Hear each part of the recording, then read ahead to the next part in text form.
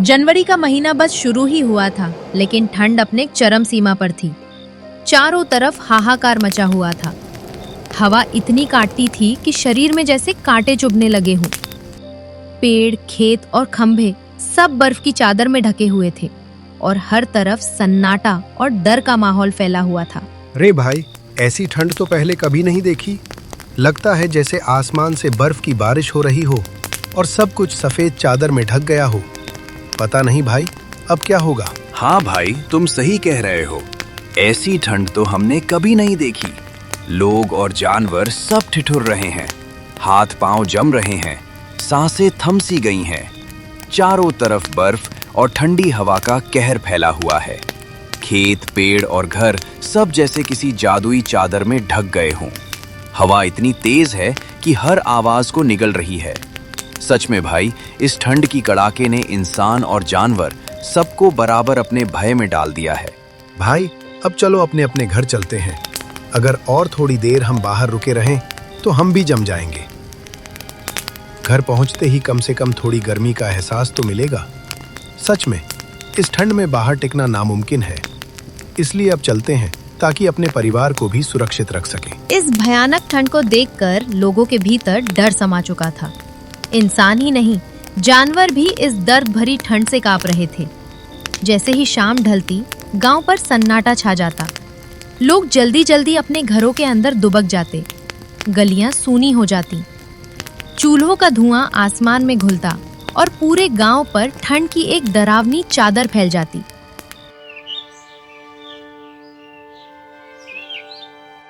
उस हिमपुरी में दीपक नाम का भी एक गरीब लकड़हारा रहता था। वो रोज सुबह देवदार वन चला जाता, लकड़ियां काटता और अपने घर का गुजारा चलाता। दीपक का जीवन कठिन था, लेकिन मेहनत और ईमानदारी से वो अपने परिवार का पेट भरता। सुनिए जी, आज ठंड बहुत ज्यादा है और धीरे धीरे ये ठंड और भी बढ़ती जा रही है।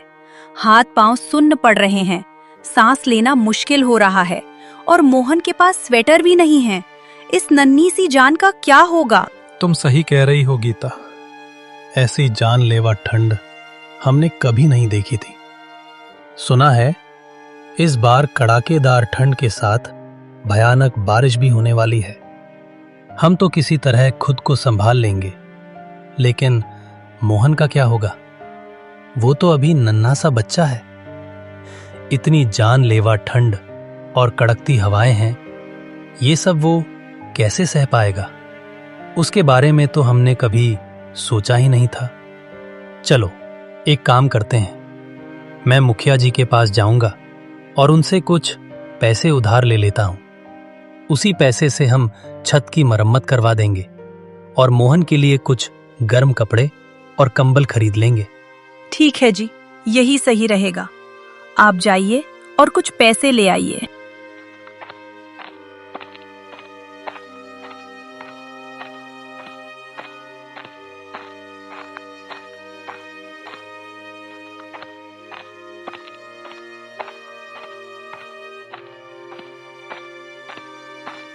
अरे दीपक भाई, अच्छा हुआ कि आप रास्ते में ही मिल गए। मैं तो अभी आपके घर ही जाने वाला था। घर पर लकड़ी खत्म हो चुकी है और ऊपर से ये जानलेवा ठंड। दीपक भाई, कृपया करके कुछ लकड़ी घर पर पहुंचा दीजिए। वैसे आप अभी कहाँ जा रहे थे? अरे क्या बताऊं नटवर भाई, देख रहे हो ना, ये ठंड जान लेने वाली है। और सुना है इस बार कड़कती ठंड के साथ भयानक बारिश भी आने वाली है। इसीलिए नटवर भाई, मैं मुखिया जी के पास जा रहा हूं कुछ पैसे उधार मांगने। अच्छा ठीक है दीपक भाई, जाइए, पर भूलना मत, जैसा भी हो किसी तरह लकड़ी घर पर पहुंचा देना, समझे? ठीक है नटवर भाई, आप चिंता मत कीजिए। मैं किसी भी तरह लकड़ी आपके घर तक पहुंचा दूंगा। इतना कहकर दीपक उधर से निकल पड़ता है। चलते चलते वो मुखिया जी के घर पहुंच जाता है। मुखिया जी अपने मजदूरों को काम पर लगा रहे थे और दीपक सीधे उनके पास जाता है। मुखिया जी, क्या आप कुछ पैसे उधार दे सकते हैं? घर की मरम्मत करानी है, नहीं तो आने वाली बारिश में हमारा घर बिखर जाएगा। कृपया कुछ पैसे उधार दे दीजिए। मैं सही समय पर आपको लौटा दूंगा। अरे चुप हो जा रे दीपक, कहां कहां से सुबह सुबह उधार मांगने आ जाते हैं। तू सोचता है मैं कुबेर का बेटा हूं क्या? देख, सुबह सुबह मेरा दिमाग खराब मत कर। तेरे जैसे तो गांव में 100 हैं। दिन भर काम करता, रात भर खाता, सुविधा की बाट जोहता और पांव में छाला होने पर भी किसी के आगे हाथ नहीं फैलाता। मालिक, कृपा करके मुझ पर यकीन कीजिए। मैं आपसे वादा करता हूं, मेहनत करके लौटा दूंगा। घर में न ठंड से बचने के लिए कपड़े हैं, न खाने को अनाज। भगवान के नाम पर थोड़ा रहम कीजिए। अरे चुप रह बदतमीज, तुझे कितनी बार कहा है? सुन ले भाई, अब मेरी जुबान चल रही है और सब्र का बांध टूट रहा है। अगर फिर एक शब्द भी बोला ना, हाथ उठ जाएगा, समझ ले। अब बेकार की बातें बंद कर। मालिक, कृपा करके मुझ पर यकीन कीजिए। मैं आपसे वादा करता हूं, मेहनत करके लौटा दूंगा। घर में न ठंड से बचने के लिए कपड़े हैं, न खाने को अनाज। भगवान के नाम पर थोड़ा रहम कीजिए। ओए चुप कर, अब बहुत हो गया। जितनी इज्जत बची है उतनी रख ले। अगर तेरी जुबान दोबारा चली ना, तो याद रख, तेरे हाथ यहीं इसी जगह तुड़वा दूंगा। समझ आया? ज्यादा अकड़ मत दिखा, वरना अंजाम अच्छा नहीं होगा। अब बिना कुछ बोले चुपचाप यहां से निकल जा। चल, भाग जा मेरी नजरों के सामने से। दीपक अब पूरी तरह हार मान चुका था। उसकी आंखों में निराशा और आंसू साफ छलक रहे थे। अब उसे कुछ समझ नहीं आ रहा था, क्या करे, कहाँ जाए, किससे मदद मांगे। हर रास्ता बंद सा लग रहा था। दुखी मन और भारी कदमों के साथ वो अपने घर की तरफ चल पड़ा। हे भगवान, अब क्या होगा मेरा बच्चा, मेरी बीवी, सब इस भयानक ठंड से ठिठुर रहे हैं। घर में ना आग जलाने को लकड़ी है, ना तन ढकने को कपड़ा। हे प्रभु, अब मैं कैसे इनकी रक्षा करूं? तू ही कोई रास्ता दिखा दे। तेरी दया ही अब आखिरी सहारा है। दीपक ज्यादा कुछ सोच विचार बिना सीधा देवदार वन की तरफ चल पड़ा।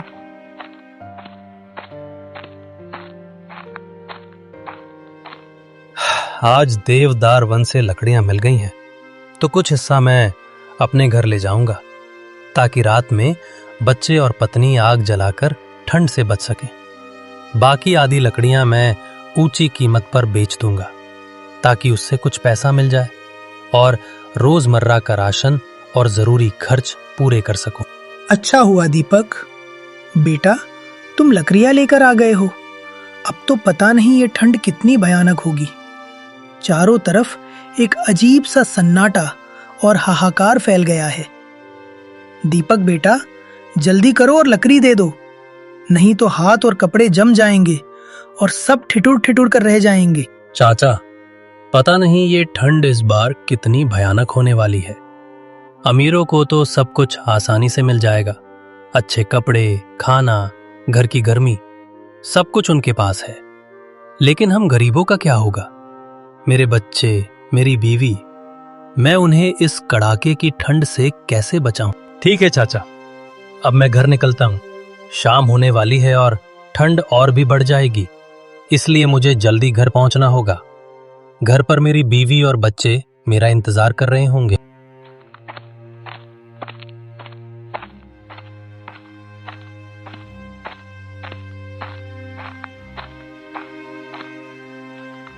अरे दीपक, घर पर लकड़ी पहुंचा दी ना? हाँ भाई, लकड़ी पहुंचा दी है, बूढ़े चाचा को दे आया हूँ। इतना कहकर दीपक वहां से धीरे धीरे निकल जाता है।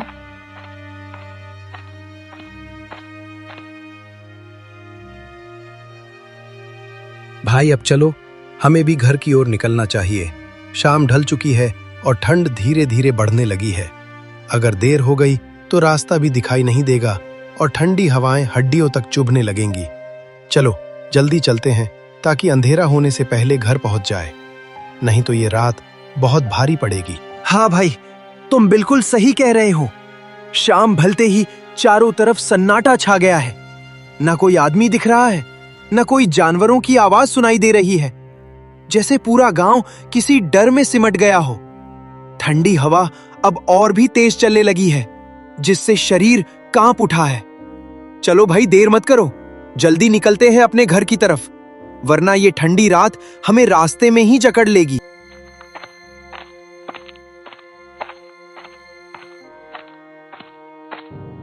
थोड़ी देर बाद दीपक भी अपने घर पहुंच जाता है।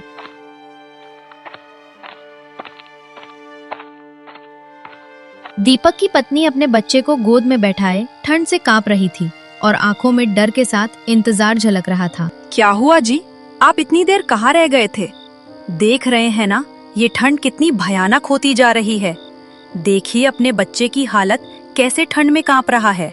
अरे क्या करूं गीता, मुखिया जी के पास गया था पैसे उधार मांगने, पर उन्होंने तो बिना सोचे समझे साफ मना कर दिया। सोच रहा था अगर थोड़े से पैसे मिल जाते तो थोड़ा राशन ले आता और तेरे बच्चे के लिए कुछ गर्म कपड़े भी ले आता, पर क्या करूं गीता, हमारे नसीब में तो बस दुख ही लिखा है। अब क्या करेंगे जी? रात और भी ठंडी हो रही है, मेरा दम घुट रहा है, बच्चा तो पूरी तरह कांप रहा है। गीता कुछ करना होगा। मुखिया ने पैसे नहीं दिए, पर मैं एक काम करूंगा, मैं कल सुबह ही जाऊंगा देवदार वन में। वहां पर कई सूखी लकड़ियां पड़ी होंगी, मैं उन्हें काट कर गांव में बेच दूंगा। जो पैसे आएंगे उससे राशन लाऊंगा और बच्चों के लिए गर्म कपड़े भी ले आऊंगा।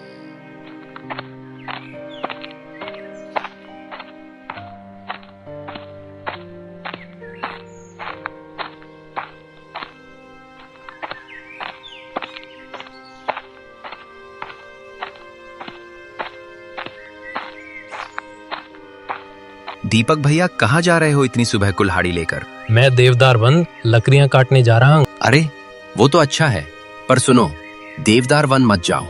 क्यों, क्या हुआ? मैंने कल ही सोचा था कि देवदार वन से कुछ लकड़ियां काट कर बेच दूं और राशन ले आऊं। अरे दीपक भैया, मुखिया ने सारी अच्छी लकड़ियां ही उठा ली हैं। उसके लोग सुबह सुबह ही आ गए थे, हाथ में कुल्हाड़ी लेकर धीरे धीरे सभी लकड़ियां काट दी और अपने गोदाम में ढो कर ले गए। वो सब बोल रहे थे इन्हें ऊंचे दामों में बेच देंगे। मैं देख रहा था दीपक भैया, जैसे हमारी मेहनत और बच्चों की जरूरत की लकड़ियां बस उनके लिए बाजार का सामान बन गई हों। लड़के की बात जैसे ठंड की एक और परत हवा में गिर गई। दीपक के हाथ ठहर गए, कुल्हाड़ी का हाथ उसके घुटनों पर जैसे और भारी हो गया। अरे बेटा, तुम सच बोल रहे हो ना? मुखिया और उसके लोग सचमुच देवदार वन की सारी अच्छी लकड़ियां उठा ले गए क्या? क्या हमारे ही बचा पाया सामान को उन्होंने ढोकर ले गया? अरे भैया, अगर तुम्हें यकीन नहीं होता तो खुद जाकर देख लो। देवदार वन में अब एक भी सूखी लकड़ी बची नहीं है।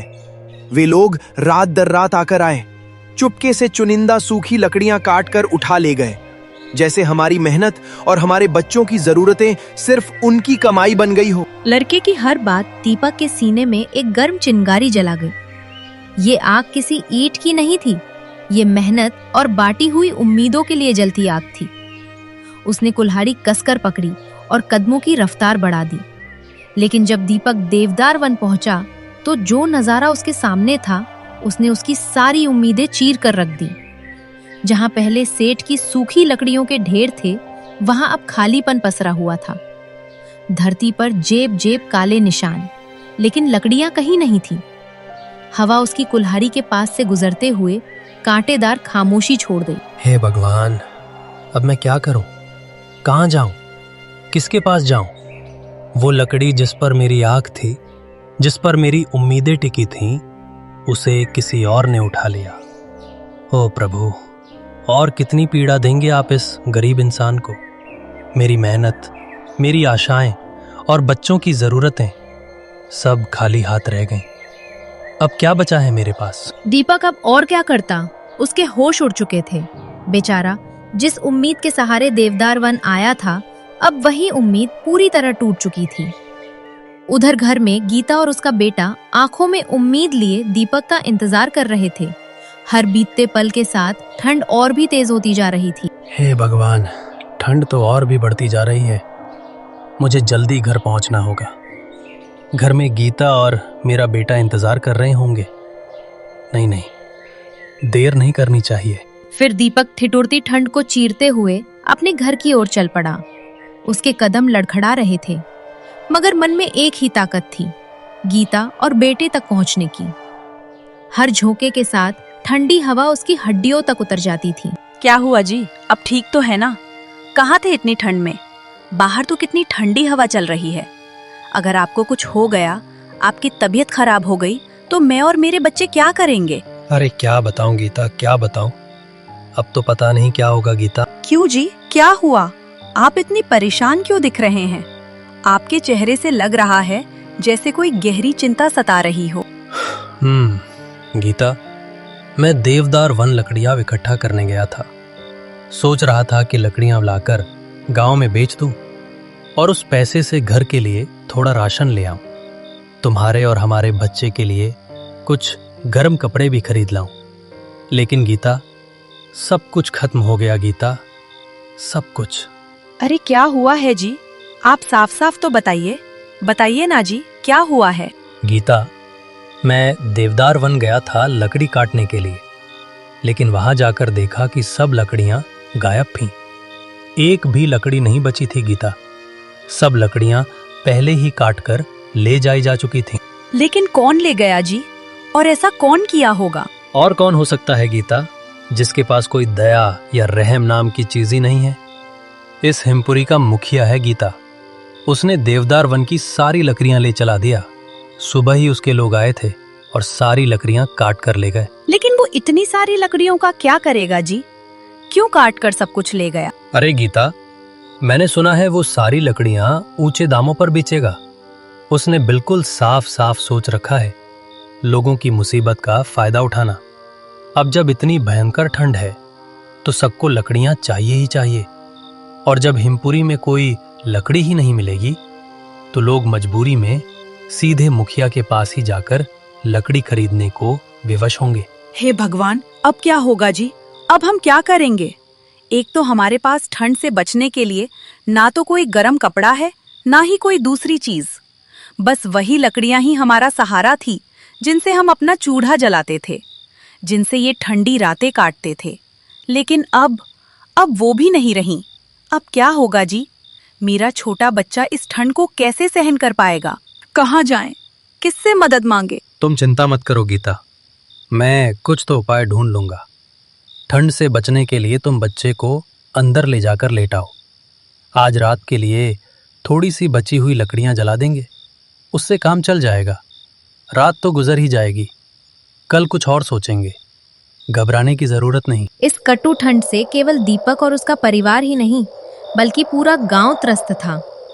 चारों ओर ठंड का कहर फैल चुका था। हवा में बर्फ की सुई जैसी चुभन महसूस हो रही थी और लोग झिझकते हुए अपनी झोपड़ियों में ठंड से बचने की कोशिश कर रहे थे। भाई, ऐसी कड़कती ठंड मैंने पहले कभी नहीं देखी, न महसूस की थी। पता ही नहीं चलता कि ये ठंड और कितनी बढ़ेगी। तुम सही कह रहे हो भाई। ऐसी कड़कती ठंड को सहना मुश्किल ही नहीं, नामुमकिन है।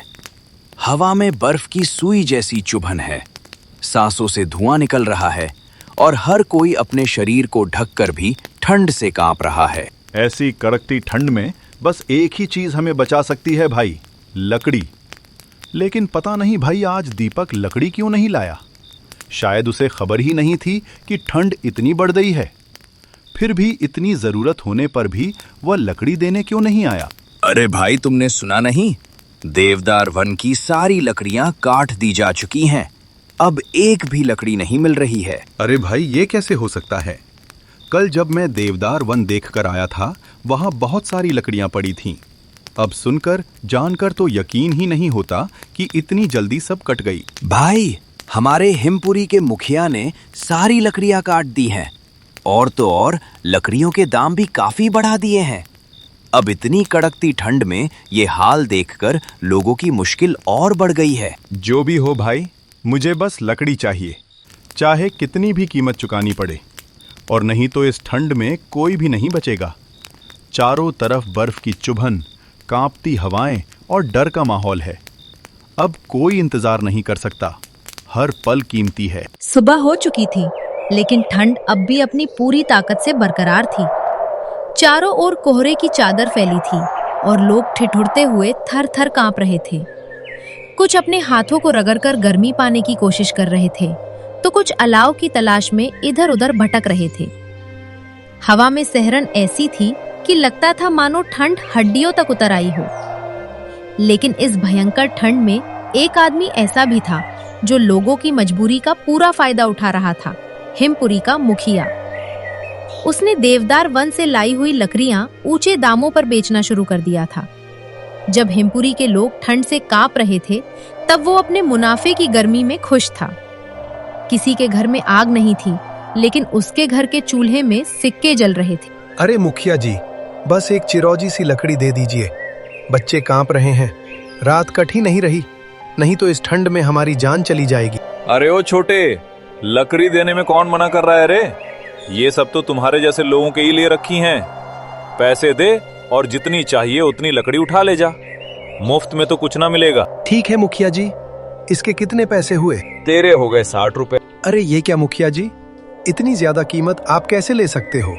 हिमपुरी में तो दीपक भाई 20 रुपए में लकड़ी दे जाता था, और आप तो इतने बड़े दाम बोल रहे हो। अरे अगर लकड़ी चाहिए तो बोल दे, वरना अभी यहीं से हट जा। लकड़ी लेनी है तो इतने पैसे देने ही होंगे, वरना साइड हो जा। मुझे और भी लोगों को लकड़ियां बेचनी है। ठीक है मुखिया जी, दीजिए। अब हम और क्या कर सकते हैं? अगर लकड़ी नहीं मिली तो ठंड से मर ही जाएंगे। उस दिन पूरे हिमपुरी के लोग लकड़ी खरीदने के लिए मुखिया के पास इकट्ठा हुए थे। मुखिया सबको ऊंचे दाम पर लकड़ियां बेच रहा था, जबकि दीपक और उसका परिवार ठंड से कांप रहे थे। दीपक क्या करता? उसके पास पैसे ही नहीं थे। आप क्यों चुपचाप बैठे हैं? देख नहीं रहे क्या? मेरा बच्चा कितनी ठंड में थरथर कांप रहा है। जाइए और मुखिया से कुछ लकड़ी ले आइए। दीपक को साफ साफ पता था कि उसके पास लकड़ी खरीदने के लिए एक भी पैसा नहीं है। फिर भी वो किसी आशा के सहारे मुखिया के घर की ओर चल पड़ा।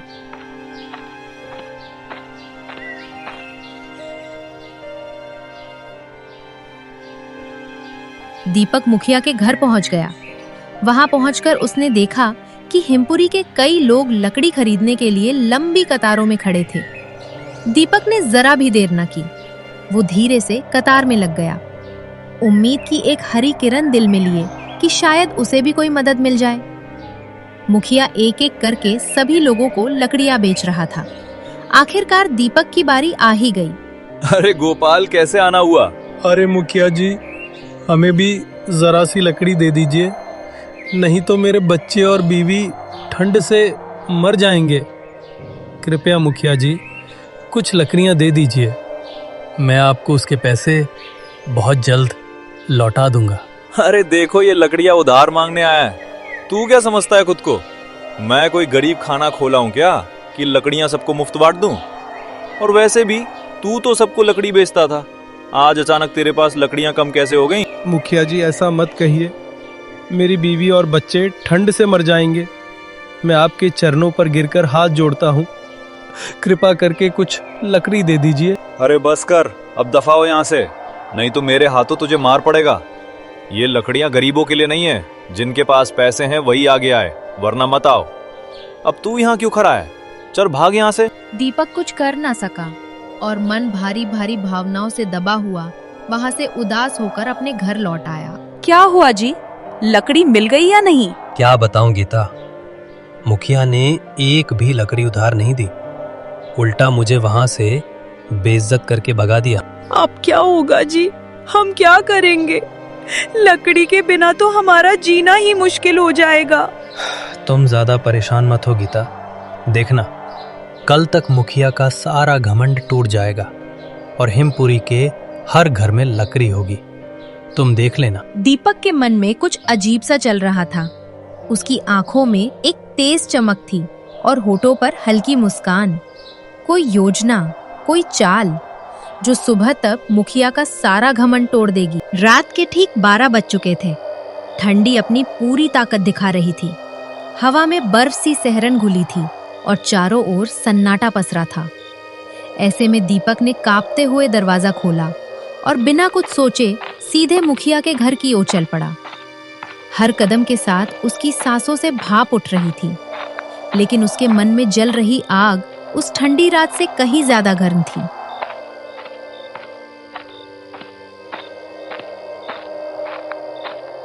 कुछ ही देर में दीपक मुखिया के गोदाम तक पहुंच गया।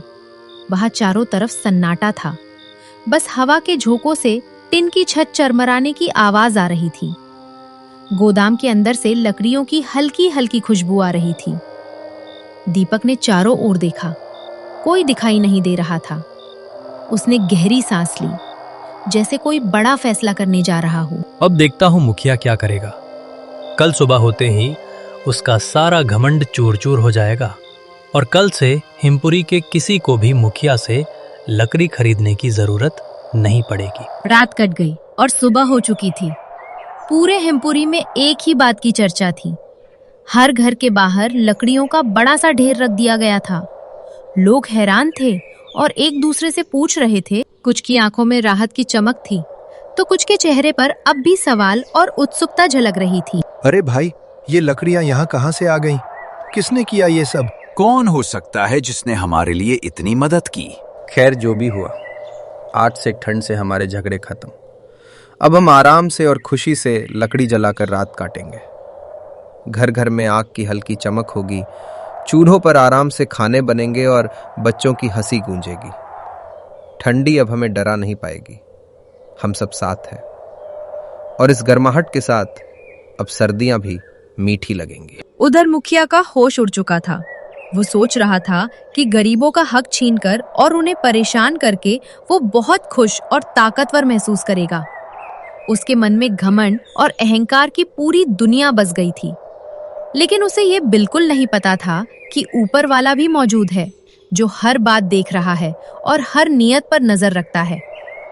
धीरे धीरे उसका अहंकार टूटने लगा, क्योंकि सच और इंसानियत की शक्ति उससे कहीं बड़ी और मजबूत थी।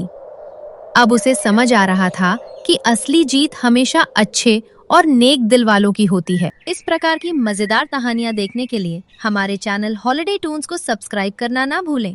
धन्यवाद।